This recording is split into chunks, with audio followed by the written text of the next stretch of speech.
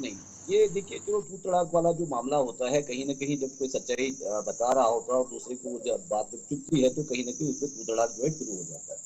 लेकिन हम कहीं ना कहीं नहीं, बल्कि हमारा टोटल कोई कसूर नहीं है। रियासत जम्मू कश्मीर में हमेशा हमारी जमात का एक मौक़िफ़ रहा है, बड़ा क्लियर जो है बिलीफ रहा है कि हम पीस चाहते हैं, अमन चाहते हैं। हमने हमेशा अमन की बात की है, और अमन की बात करना अगर कुछ जुर्म है तो वो जुर्म हमने ज़रूर किया है, और उसमें हम मुजरिम हैं। हमारा ये कहना है कि अगर आपके पास आपके कंट्रोल में सारा है तो आपके गवर्नर बाज़ाब्ता तौर से देखिए एसएसबी स्कैम में जो है ये आप इतना बड़ा स्कैम कर रहे हैं, और बेरोजगारी का रेट आपने इतना ज्यादा बड़ा हाई स्टेट का आपने कर दिया कि आज तक की हिस्ट्री में इतना ज्यादा नहीं रहा है। तो आप किस तरह क्या क्या कर रहे हैं?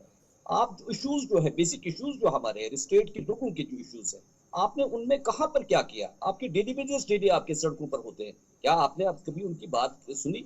आपके एनवाईसीज होते हैं, आपके जो पीएचई के डेली वेजर्स हैं, आपके जो दूसरे मुख्तलिफ डिपार्टमेंट्स के जो लोग हैं, कभी आपने किसी इशू को रिजॉल्व करने की कोशिश नहीं की, बल्कि उनको सुहाने सपने दिखाने की, लॉलीपॉप देने की कोशिश की, उनको सिर्फ जुमलेबाजी में आपने बहकाने की कोशिश। तो क्या पीडीपी भी इसी राह पर नहीं चल पड़ी है?